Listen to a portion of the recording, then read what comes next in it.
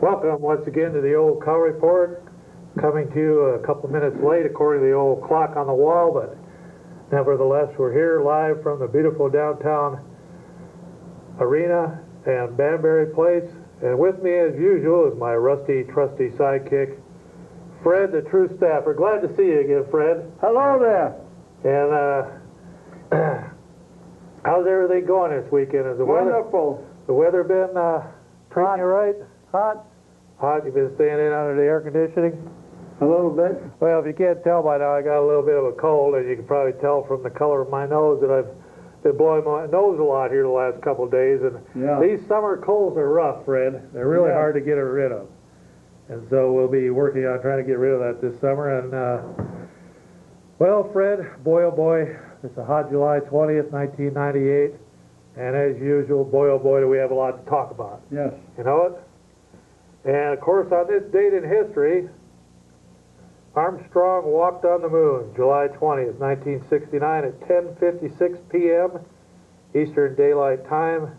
Astronaut Neil Armstrong, nearly 240,000 miles from Earth, spoke these words to millions of listeners at home. That's one small step for man and one giant leap for mankind. Of course, with that, the space program went downhill from that point on. Yeah. And we haven't been able to send much as far as manned space flights to other planets or anything since then, Fred. We sent a few more to the moon after that, but we've pretty much lost the capability now to go planet hopping with humans. And we do have a space station, though, that we're going to be building one of these days, and a few people will be able to go up there. But in the meantime, we have a lot to talk about tonight, Freddie boy. Yes. You're just going to have to bear with me a little bit with this cold. I got some Kleenexes here and some other things. And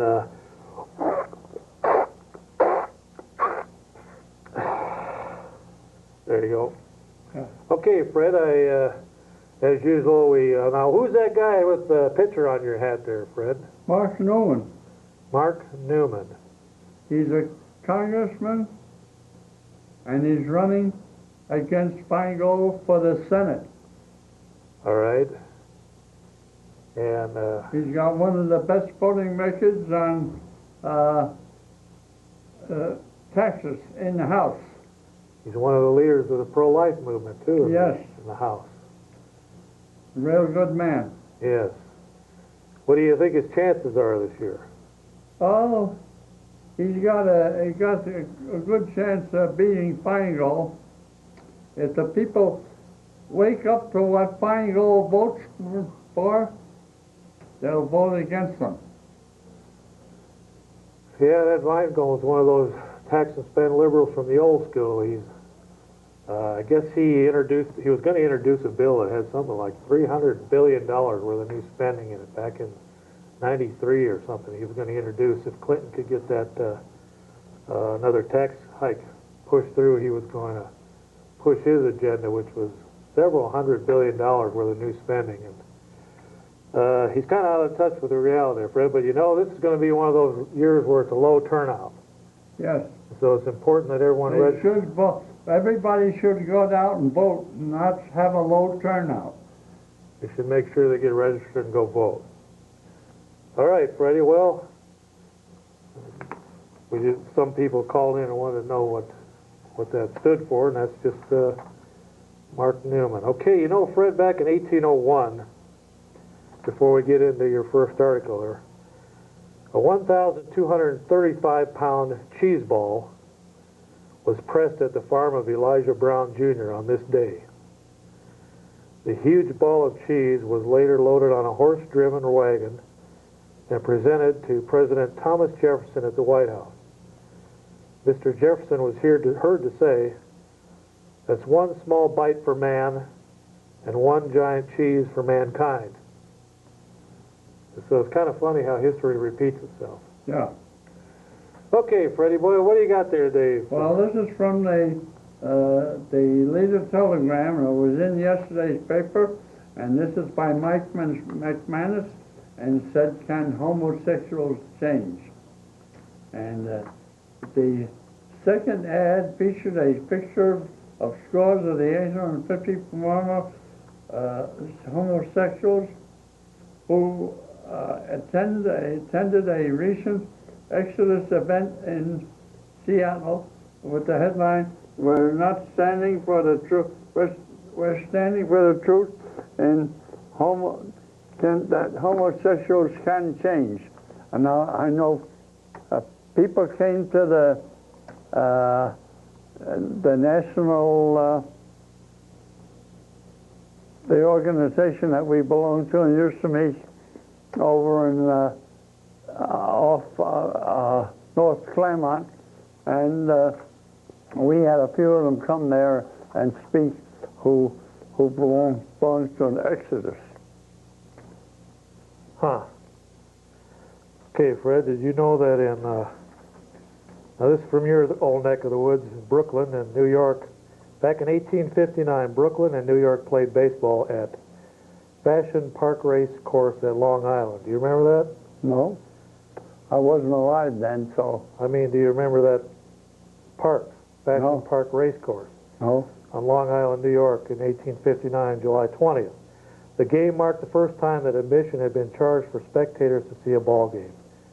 It cost 50 cents to get in, and the players on the field received no salary until 1863. Hot dogs were $18.50. They probably didn't sell For very many. 100 of them? They probably didn't sell very many of them. For 100? And so that's what happened in 1859. Okay, Freddie, well, you know, on this program we do take live phone calls since we are live, and the Roy Rogers Hoff, named in memory of Roy Rogers, will be putting a phone number on the screen from time to time for those of you who'd like to call in. And we have our first call tonight. And before we do that, though, we got to remind you that Mr. NASA will be with us tonight, again, giving us a special report on the American space station that's going to eventually be built to kind of replace the old Russian Soyuz space station that's pretty much in disrepair. And so Norbert, Mr. NASA Wilson, will be with us later tonight, giving us a report on Yes. the latest Yes. findings in outer space. And in the meantime, we better take a call, Fred. Go ahead, caller, you're on the air. Hello? Hello. I have a question. You know that baby you have in the background? This Yeah? this guy? Yeah? Yeah? Why don't you put diaper? All right. Okay, whatever that meant. All right, Freddie boy. Well, you know, many things happen in life, Fred. And I know you're an advocate of music. And how many albums would you say you've collected now? Over 2,000. You got 2,000 albums. Going back how far? I started around 1948. 1948, 50 years. You collected 2,000 of them. Got a little mixture of everything? Yes. Everything from polka to James Darren. Oh. Kind of stopped collecting when I got into this stuff in the 60s. You collected some of the 50s stuff, didn't you? Yeah. What's most of the collection made up of? Big band music. All right. You I think also got quite a number of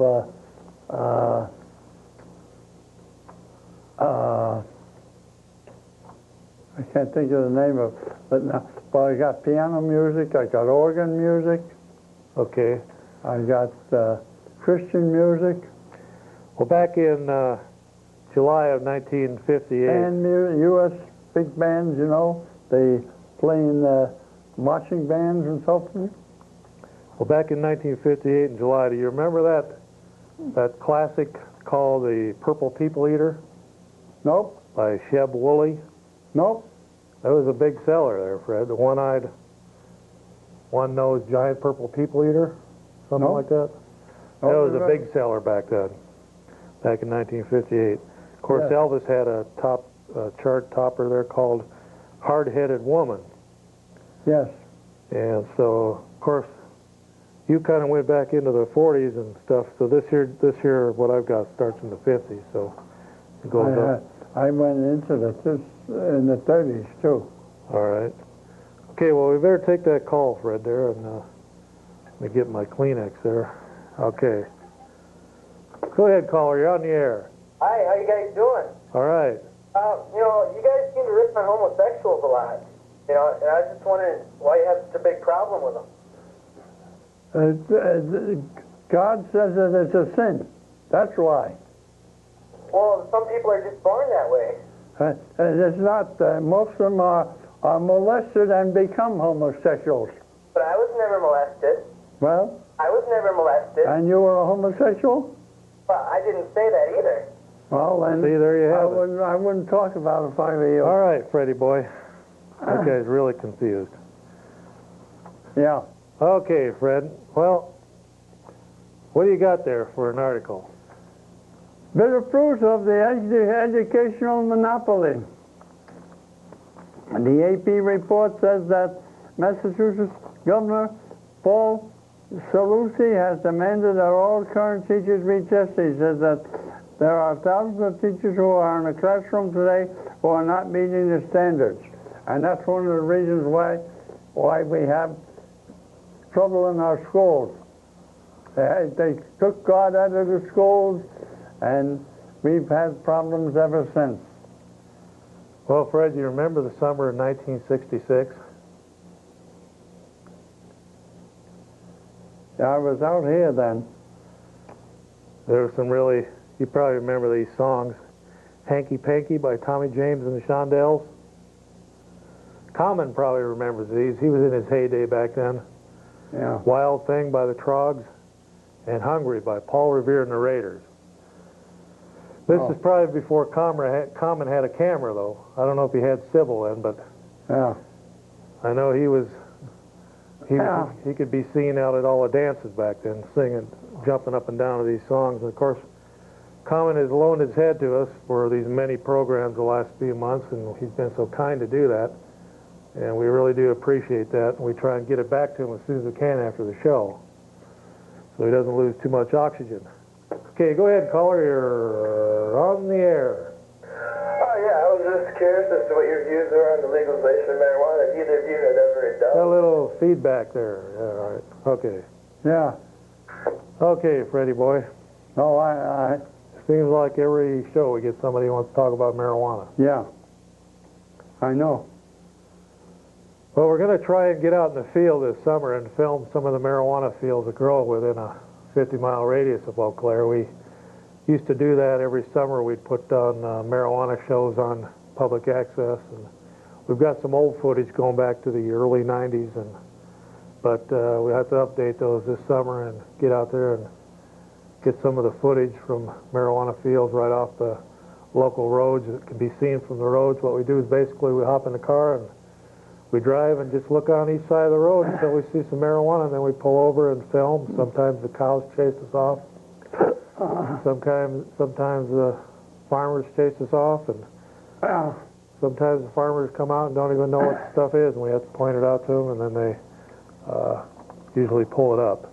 And a couple of times we called the local sheriffs and had them come out and rip out some fields. But we'll be doing that here and get some reports from out there in the field this summer here now that it's getting almost into August.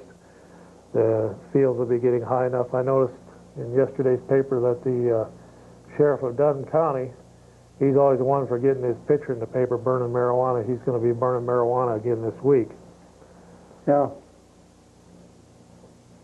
So we'll see if we can beat him to the punch and find some of them fields out there and get some footage of them before they burn them. All righty. Well, you know, Fred, over there in Indonesia, they've been having a tough time over there with the economy, and another thing they've had trouble with is rapists running around raping people. In New Guinea, they had a little problem too. They had 3 tidal waves hit there. They did. Yeah, and some 3,000 people died. Huh. You know, usually when that happens over in those countries, you'll see where cyclone or a tsunami or something comes in and wipes out 10,000 Indians or 100,000 Pakistanis, and there's not really much said about it. That's 100,000 bodies laying there. But then we see where there's a tornado kills 20 people in this country, and it's big news all over the world. But 10,000 people lost over in Iraq or Iran in an earthquake or something, and it's a couple of days worth of news and it's gone. And the misery's there many, many years after that happens. All right, Fred, well, one thing they got to quit doing is quit building right on top of those volcanoes and fault lines. Yeah. Okay, Fred, well, you know, over there in Indonesia, they had an uprising this spring, and I think they overthrew the Suharto, or I think it's one of those Sukarno or Suharto regimes over there. But during that period, a businessman started selling a modern version of the Victorian chastity belt. Not to ease jealous husbands' fears, but to protect its wearer from rape. Most of Simon Ayasanara's customers are Chinese, with sales soaring after the May riots. You want to be safe from assault? Ask a Jakarta newspaper advertisement. It then advises those fearing for their safety to buy a corset made of stainless steel and imitation leather, complete with a combination lock. Mr. Ayasanara said he sold only a few hundred after he put them on the market last year, but after the tragedy in May, sales shot up to about 5,000. He said that unless the corset fitted exactly, they were ineffective. They are three sizes, small, medium, and large, but I send them leaving the back unfinished so that they can be readjusted. He said another problem was the high school girls kept forgetting the lock's combination. Advertised as easy to wash, wrinkle-free, practical, comfortable, and hygienic. The corsets have a pink or white covers and come in various styles. The diamond model, or the hot model, increases the base price of 100,000 rupees. Speaking from his shop at Bandung, Mr. Ayasanara said he also sold body protectors that could stop a knife and a home sleeping gas system which would knock out burglars in 20 seconds. So this guy's right on top of it, Fred. He's right on the curve there, on the crime curve, and he's got his toe. He's fighting for the rights over there. One thing them schoolgirls got to do is they got to start writing down the combination to their lock somewhere, like they do with the combinations in high school and stuff for their lockers. Okay, go ahead, caller. You're on the air. Yeah, a couple of weeks ago you did a report about a friend shooting another friend with an arrow. Do you think that might not have been an arrow and those two may have been homosexuals? Well, you know, Fred, I saw somebody was telling me over the weekend that somebody shot another guy in the head with one of those electric nailers. Yeah. It went right into his brain. That was locally here. Yeah. I guess the guy survived and he's doing pretty good, but that was a pretty rough feeling to have a nail driven through your head. He was working on construction. Oh yeah, you know him? No? Okay. Well, you know, Fred, there's some sad news coming out of China again. Unfortunately, our government's involved in this latest story coming out of there, and it's not too good of news. And it kind of harkens back to the revolution that was going on over in Chechnya when they were trying to break away from Russia. You remember that? Yes. And the Russians sent thousands of troops in there and just massacred men, women, and children. And the Chechens, that little country, stood up to them and actually fought to a standstill. The Russians totally, pretty much flattened all the major cities in that little country. But the Chechens stood their ground and fought them to a standstill and actually drove them back and with their tail between their legs. But there was reports coming out of there from a few news sources that the Green Berets had been in there help training the Russian elite troops to go in there and murder these Chechens. Our American Green Berets were helping train Russian shock troops to go in there and kill freedom fighters. Well, a lot of people laughed that off. I told that to a reporter in Philadelphia, and he laughed it off and said, "Oh, you guys don't know what you're talking about." Well, now there's some more news coming out that the Green Berets, Special Forces, are going to be helping to train the People's Liberation Army. in Oh, China. no. The Pentagon's elite special forces soldiers will train People's Liberation Army troops under a plan being considered by the communist regime in Washington headed by that communist Bill Clinton. The possibility was confirmed by Pentagon spokesman Kenneth Bacon about U.S. Special Operations Chief General Peter Shoemaker said he hoped to see such links. Although both forces are tentatively developing ties, observing one another's drills, any move towards training with the PLA, short for People's Liberation Army, could prove controversial in Washington. I wonder why that would be controversial. Here we have the biggest communist country in the world, and here we have the most powerful communist country in the world, the United States, and the most powerful president, communist president in the world, Bill Clinton, and he's going to send Green Berets over there to train the biggest army in the world, the People's Liberation Army, in Green Beret tactics. General Shoemaker's command includes the Green Berets and Navy SEALs. Now that's even worse, because Navy SEALs are just as elite as the Green Berets, Fred. Yes. For hit-and-run tactics, behind-the-line tactics, counter-espionage, counter-terrorism, and terrorism tactics. Green Beret and Navy SEALs have been doing that going back to before the Vietnam War. Their forces conduct training missions, sometimes covertly, in more than 100 countries. So here we're going to be training the communists over in China.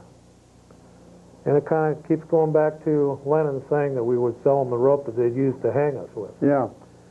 Well, Clinton, true to his character with the red streak going down his back, is now going to be helping the Green Berets, or he's going to be lending the Green Berets to the Chinese for their training so that they can not only use it against their own people over there, but eventually probably use it against us when they invade the United States. And he said the training proposal was desirable. This is what Shoemaker said.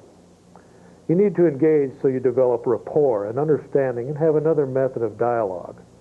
That's right. We're going to show them all our secrets of counter-espionage and intelligence, and that's going to have rapport and a dialogue with these guys.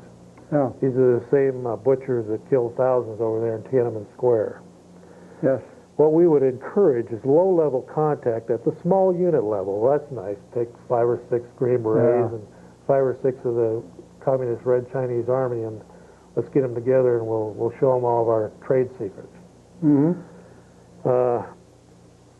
And develop trust and confidence that then brings in higher-level people to the point where you establish the kind of relationship where you can have a different kind of dialogue. General Shoemaker did not specify under what conditions and such collaboration might take place with China, but he said the head of the U.S. Pacific Command, Admiral Joseph Pruer, had been discussing the subject. I wouldn't send them there. I'd keep them the hell out of there. Well, you know, China is our enemy. That's right. China will be the ones that we'll have to go to war with. I know. Mr. Bacon did not rule out such cooperation with the People's Liberation Army. So it sounds like this is one of those things that are on the fast track. I pretty much guarantee you this is one of the things that came out of the meetings Clinton had over there. Yeah. So here we're going to be training the biggest communist army in the world, probably the biggest army anywhere in the world, with manpower and with some of the equipment they're getting now. Now we're going to show them how to go in and infiltrate other countries, and how to assassinate people, and how to do covert operations behind enemy lines. You know, I don't think you have to show them that at all. They already know it and have been practicing it for years. Well, now we're going to really show them the fine art of doing it. Okay. Goes on to say, I'm not aware of any specific look at Special Forces operations, but that certainly would be a type of military exchange we would consider. Mr. Bacon said cooperation was already underway in terms of joint observations, with a team of Chinese officers watching the U.S.-led Pacific Rim exercises off Hawaii. So here we got communist Chinese generals coming to our war games and watching all Yes. of our secrets of the trade of war, the art of Well, war. that's what our president has given them. He said the U.S. goal was getting our militaries to work together more smoothly. Since when were we working with the communist Chinese military? I don't know. Evidently, we're doing it now. I know it. He says they want us to get together and work more smoothly. For what? Who are we going to invade with China? We're going to be an ally of China against somebody? Yes. When did this come into the forefront? I didn't know that they were our allies. Okay, we'll finish this up real quick and take another call. At the same time, Mr. Bacon endorsed a Congress-mandated panel's conclusion that China was a major exporter of ballistic missiles technology to Iran, branded by Washington as the world's biggest state sponsor of terrorism and other states. It's true and it's unfortunate. So here we're buddying up to the Chinese, who are exporting their military war machine to rogue nations like Iran, Iraq, North Korea, Cuba, all these little countries that have nuclear weaponry, and China's going to help them upgrade to the point where one of these nations is going to use these against us. So we're trying to be buddies with the Chinese, and they're selling arms to our enemies. Yes. All right, Fred, so there's something coming out of Washington there that we have to be a little bit leery of, and that was Simon Beck wrote that article in New York. That come out of the South China Morning Post. Okay, Fred, we better take another call here.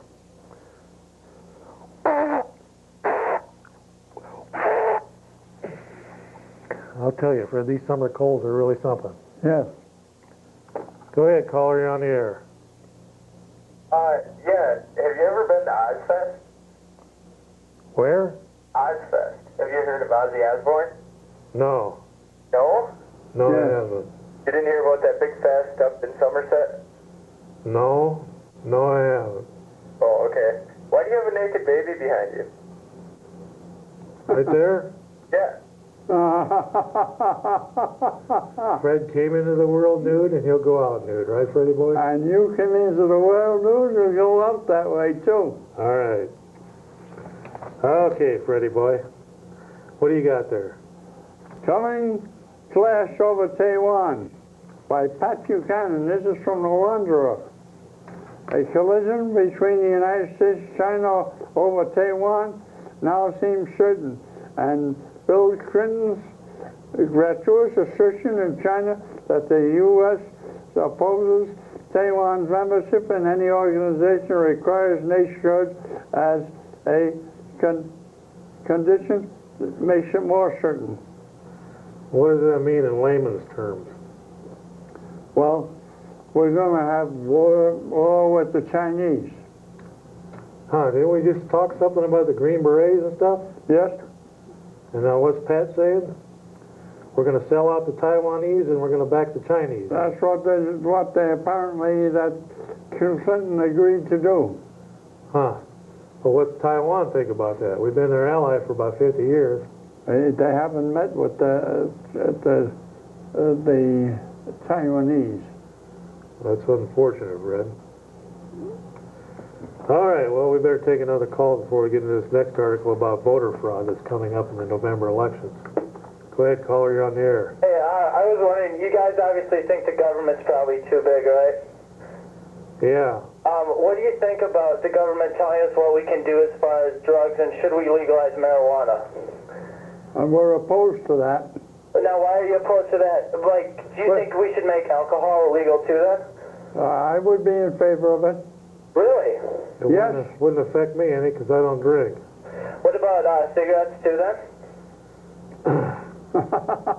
Well, we could, if we outlawed cigarettes, we'd probably save 300,000 people a year from an early death. Of course, maybe we don't want to. There's a big tax revenue involved with cigarette and alcohol. Well, I just think it's a... Yes. Okay, Freddie. Well, you know, Clark County is out there in Nevada. It's around the Las Vegas, Nevada area. And this article is from the Las Vegas Review Journal, Sunday, July 19th. The Clark County vote, how secure is it? Several citizens' watch groups within Clark County continue to express concern over the accuracy of the Sequoia Pacific voting machine the county has utilized since 1994. They and other states, from such as Louisiana, Pennsylvania, and New York, have amassed a wealth of evidence which gives credence to the allegations of vote fraud. Our own Secretary of State in Nevada, after repeated requests, cannot produce evidence to prove the new machines in Clark County are certified. The Voting Integrity Project, VIP, based in Arlington, Virginia, also testifies to numerous complaints regarding both the election accuracy of these machines and suspicions of fraud. A vote subjected to electronic tampering is impossible to verify. So once that paper ballot goes through the electronic voting machine, if they destroy the ballot that you punch the holes in, all you have is a computerized record of that vote for that certain election. You can manipulate, once that's in the machine, you can manipulate it any way you want, Fred. You can either win or lose by a handful of votes. Yes. Unlike most electronic voting machines that have optical scanners which read the ballot, the Sequoia Pacific AVC is an all-electronic direct recording electronic DRE machine. The most notable difference between the two types used in Nevada is the capability for hard copy verification by an original paper ballot. So that's the kind of voting machine you want. You want to have one where you still got the paper ballot that you can fall back on if there's any hint of voter fraud. According to VIP, there have been instances, especially in 1996 hotly contested U.S. Senate race in Louisiana where there was a lot of fraud going on, where the program governing the operation of the Sequoia Pacific machine was altered before the election. Tests performed and videotaped by candidate Susan Barnaker in New Orleans in 1994 demonstrated that votes she cast for herself were electronically recorded for her opponent. This test was repeated multiple times with the same results, thus confirming that the machine had been fraudulently altered to influence the outcome of the election. So they were, most people in the computer business, you have hardware and software, so you can manipulate that software to give you any kind of results you want. Yes. So in July of 1996, a public test to certify Clark County Sequoia Pacific machine for early voting was conducted. During the test, a cartridge malfunctioned. Also, the examiner selected by the state had difficulty casting his vote. He had to vote 51 times rather than the designated 50, an option not afforded the voter should the machine malfunction in an actual election. In spite of these malfunctions, the machine was given certification, the equivalent of declaring it accurate, reliable, and secure. 75 people witnessed this test from a cordoned-off position approximately 20 feet away. Election officials removed cartridges from the Sequoia Pacific machine for future verification, but shortly thereafter the cartridges disappeared. Registrar Catherine Ferguson immediately notified the FBI. To date, neither the FBI nor Ms. Ferguson would comment on the disappearance. In addition to its uncertain accuracy, media and voters have also questioned the Sequoia Pacific efficiency. So, Fred, sounds like these machines can manipulate the vote to give you any results you want. Now, what do you think about that, Fred? These kind of rumors have been going around for years about that. I agree with them. And here we have a Protestant conscience, and this is from Joseph Stobrand's Washington Watch from the Wanderer, July 23rd. My view of the two-party system is that the Democrats can be compared to a criminal gang and the Republicans to a corrupt police force. If I had to have more contempt for the Republicans, it's because I expect the Democrats to do the evil on their principles, while the Republicans profess to oppose them, but really don't do anything consistently or effectively. Okay, caller, you're on the air. Hi, Chuck. Hi, Freddie. Hello. Kudos to the behind-the-scenes crew. I just got to say you guys are doing a really good job this evening. Good show there. Thank you. Say, Chuck, do you want to talk about national or local news? I've got one question on each subject. Okay, go ahead and fire away. All right, let's go local first of all. What do you think about the Menominee Street Road construction? Do you think it's fair that we take land away from private citizens and businesses to continue the public good there, cutting through Menominee Street? Well, you know, that Menominee's been really a problem since the middle 80s. They kind of just let it go, let it deteriorate to the point where it pretty much has to be replaced, and they're trying to angle off and make it a smoother transition from Menominee to Water Street and help the flow of traffic into the downtown Water Street area. So it's good in that sense, but on the other hand, if somebody was forced to give up their land, they're probably not too happy about it. Yeah, there's two businesses that had to give up some of their land through there. The kind of an antique store there? Yeah, that big The gift- looking building, and then that Menominee Street Dental. Oh, yeah. But, you know, that Menominee Street Dental is kind of off in the back there, so now maybe it'll be a little closer to their front door. Maybe they'll get more business out of it in the long run. Very possible. By the way, I hope your cold gets better. Well, thank you. As you can tell there, I've been blowing my nose so much that I've bursted a bunch of vessels, and my whole nose turned blue. It's amazing. Well, when I heard you didn't drink, I figured it had to be because you were, you had a cold of some kind there. Yeah. Say, Chuck and Freddie, well, first of all, what was the picture on Freddie's hat there? Mark Newman. That's Mark. Mark Newman, he's a congressman, and he's running against Feingold for the Senate. Well, good luck. He's from the 1st Congressional District down by Janesville area. And, Yes. He's climbing in the polls daily, and looks like it's going to end up being a horse race. There's going to be a very low turnout, so we were talking about earlier about how people should make sure they get registered and vote. But of course, Wisconsin, you don't really have to register. You just have to bring in like an electric bill or something to prove that you're a citizen of the state. And I think that's kind of leaving us open for voter fraud in this state, because it's too easy now to,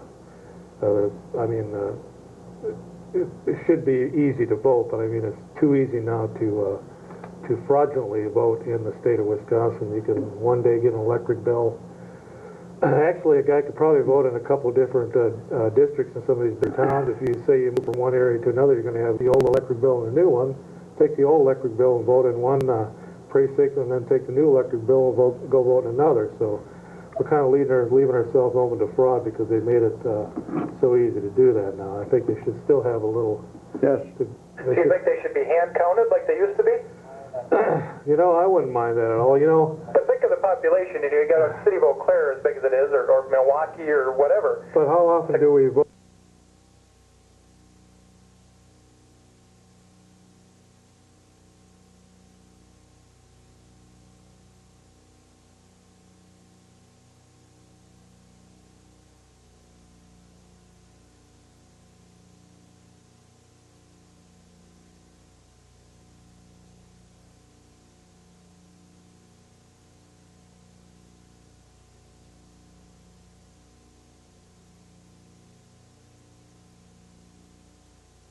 You don't have anything? No, I lost it.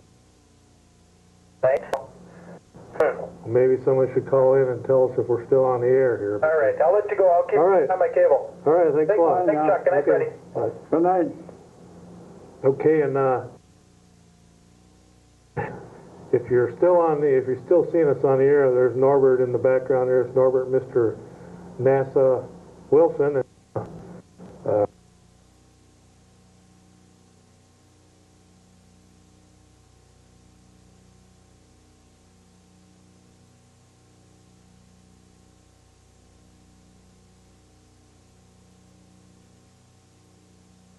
Coming to town. Okay. All right there. Well, Norbert, can you hear us? Have you got your microphone on yet? Roy is working at it. So you have my Are microphone? we up and on, Roy? All right. Okay, I guess we're on the air. There's Norbert Wilson. You better turn your mic on there, Norbert. Okay. I think the mic's on.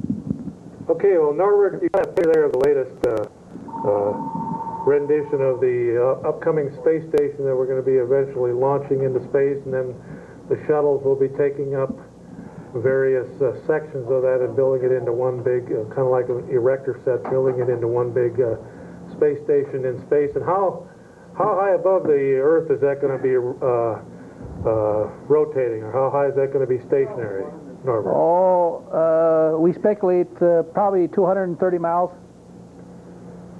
130? 230. Oh, all right. And it'll be stationary up there. Once it gets up there, it'll be up there for what, 20, 30 years? Well, NASA hasn't said, and I haven't read a great detail Okay, now about if you it. can hold it up just a little higher so we can see it in the monitor there now. That right in the middle, there's the space shuttle, right? Yes, I'm pointing to the space shuttle right here. And that's, can you tell us now, that's how the shuttle will land in the space station, right? Yes, this is how the shuttle will link up to the International Space Station, Chuck. Now, where's the European station at? The European Space Hab is a little off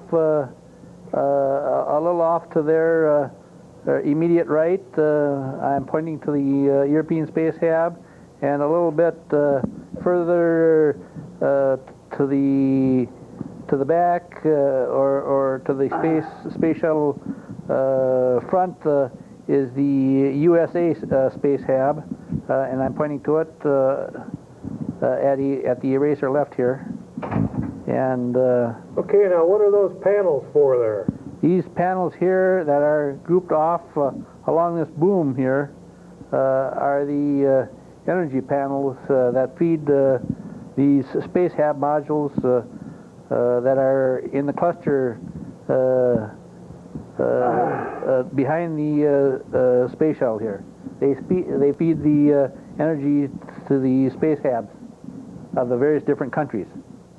Okay, one of the big questions, Norbert, is, Okay, Chuck. you know, you get a bunch of people up there working and studying, and they're up there for months on end. What do they do for water up there? They recycle or what? Most of this water is recycled, and I guess they did a great deal of research on the Mir space station for that recycling function. It's recycled, yes. They kind of just boil it and then take the purified steam off and turn it into pure water again? Well, they've got a little more scientific involved method than that. I'd say so, Chuck. Okay, now what are they going to actually do once they get that built up there? Are we going to use it for a defense system, or are we going to grow mushrooms up there, or what? Well, each of these space habs belong to various different countries, and various different countries will carry out their own experiments. So it's not immediately known what they're going to use it for, the various functions. We don't have immediately a long list of all the functions that these space habs will carry out. Now, exactly when are they going to have that done, and they're going to have the first crew up there living? Well, around about sometime towards the end of 1999, they'll have the first crew up there living, Chuck. I don't know if it'll be, it won't be completely, I speculate it won't be completely completed by 1999, but they'll have some crew members living in the International Space Station by then. Okay, now, Fred had a question for you on the space shuttle. Okay, Fred, go ahead. Yes. Yes, I hear you, Fred. Hello? Yes, Fred. What are they going to be doing then? What are they going to be doing then? In the International Space Station? They'll be doing things that we'll get a report on later, and we'll find out for sure when we get the information from Kennedy Space Center. So that's all to come yet. In 12 to 16 months, I'd say so, Fred. 12 to 16 months. Yes. Thank you, Fred. Are we going to let the Chinese get up there with us too? Well, I haven't heard anything. I haven't researched it out yet, so we don't know at this point, Chuck. Well, thanks a lot, Norbert. And of course, that's Norbert, Mr. NASA Wilson, with us, an expert on what's happening with NASA and their future plans for outer space travel and the space stations. And thanks a lot, Norbert. We appreciate your coming down and giving us the latest word from NASA. Okay, thank you, Chuck. Okay, Thank Freddie you, Fred. boy, well, you know, we've been talking about a lot of things that are happening with our enemies suddenly are our friends, and our friends become our enemies, and an article coming out of Wired News off the internet called the Wired News Report. This is dated July 15th, says rogue nations that don't cotton to the United States' role in the New World Order could launch a ballistic missile attack on the U.S. soil with little or no warning. A congressional panel chock full of generals, spy masters, and military analysts concluded in a report that challenges previous estimates. The 9-member commission, nominated last year by Congress and selected by the CIA director, unanimously recommended a full review of U.S. analysis and policies regarding a nuclear threat from the likes of Iran, Iraq, and North Korea. Didn't we just talk about how China is Yes, supplying them with these weapons? yes. Okay, China and Russia, both referred to as being in uncertain transitions, were cited as missile threats and the largest proliferators of weapons of mass destruction. And proliferators means that the Chinese and the Russians are selling these weapons on the open market to the highest bidders and to some of their rogue nation partners out there like North Korea, Iran, and Iraq. Of course, North Korea, one of those socialist wonderlands where they're starving to death and there's cannibalism, they're on the verge of probably doing something drastic like dropping a bomb on South Korea just to create a international incident and possibly World War III. Okay, the threat to the U.S. is broader, more mature, and evolving more rapidly than has been reported in estimates and reports by the intelligence community. The Commission to Assess the Ballistic Threat to the United States wrote in an unclassified version of its report released today. And a classified version of the 300-page report was submitted to Congress on Tuesday. House National Security Chairman Floyd Spence called the report a wake-up call for all Americans. House Speaker Newt Gingrich, who wants a national missile defense system, called the assessment the most important warning about our national security system since the end of the Cold War. The report said the nations which do not welcome the U.S. role as a stabilizing power view long-range missiles as a useful tool against U.S. targets. The Commission said, for example, a North Korean Taipei-Dong-2 missile could imperil western U.S. soil in an arc extending northwest, now get this, from Phoenix, Arizona to Madison, Wisconsin. Iran is seeking advanced missile components for weapons that could hit Pennsylvania or Minnesota. The report differs from a 1995 CIA assessment, which concluded that no country among the five-nation nuclear club would be able to threaten U.S. cities with ballistic missiles for another 15 years. The knowledge needed to design and build a nuclear weapon is now widespread, said the report, which estimated that Iran, Iraq, and North Korea's mass destruction capabilities to just be 5 years off. During several of those years, the U.S. might not be aware that such a decision has been made, the report said. Available alternative means of delivery can shorten the warning time of deployment nearly to zero. This week's report comes after U.S. spies were embarrassed when they failed to detect Pakistan's preparations for a medium-range ballistic missile test in April, and after North Korea's deployment of its No-Dong missiles after what appeared to have been only one test. Deception and denial efforts are intense and often successful, and U.S. collection and analysis assets are limited, the report said. Together, they create a high risk of continued surprise. CIA Director George Tenet, in a letter to members of Congress, called the ballistic missile threat complex, serious, and growing, and agreed with the Commission on the need to focus relentlessly on the issue. The panel was headed by Donald Rumsfeld, Fred. That's he's a former U.S. Defense Secretary. Other members included former CIA Director James Woolley, General Lee Butler, former commander of the U.S. Strategic Command, William Graham, former director of the White House Office of Science and Technology Policy, William Snyder, Jr., a former presidential advisor on arms control, General Larry Welch, former commander of the U.S. Strategic Air Command, Paul Wolfowitz, former Undersecretary of Defense, and Barry Bleckman, former Assistant Director of U.S. Arms Control and Disarmament. So that's some pretty scary stuff, Fred. I know. These same nations are being supplied by our good buddies China. Yes. Okay, we better take a caller. Go ahead, caller, you're on the air. Yeah, hey Chuck. Hello. I got a question. How do you feel about that 13-year-old girl that murdered her baby? Do you think she should be tried as an adult or as a child? What do you think, Fred? I think that she should be tried as a child. Kind of like the old saying of children having children, Fred. A 13-year-old is still too immature. Yes, they can do things, but they're not fully developed or That's fully... why they teach them that in school so they know all about it. Well, it's unfortunate, though. This girl was in a crisis situation, probably nowhere to turn, afraid of her mother, afraid of the boyfriend that got her pregnant. There she was alone, isolated, and Yes. did what she thought was the right thing to do or the necessary thing to do at that time. But she's definitely a 13-year-old child and not an adult. Yes. And should probably be treated as such.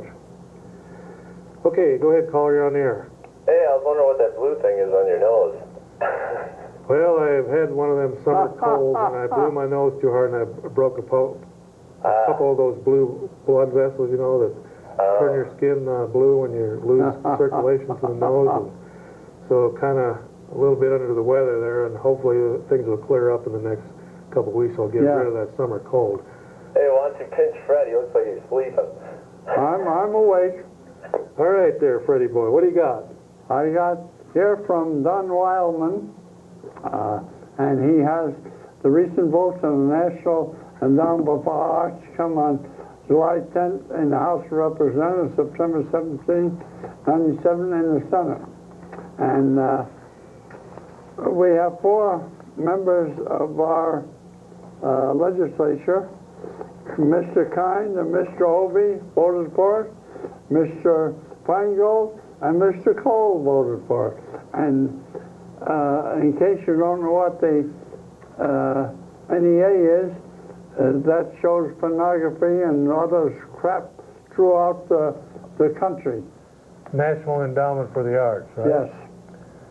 And that's the voting record of all the people that voted to And unfortunately, continue funding. it makes you wonder about some of our senators.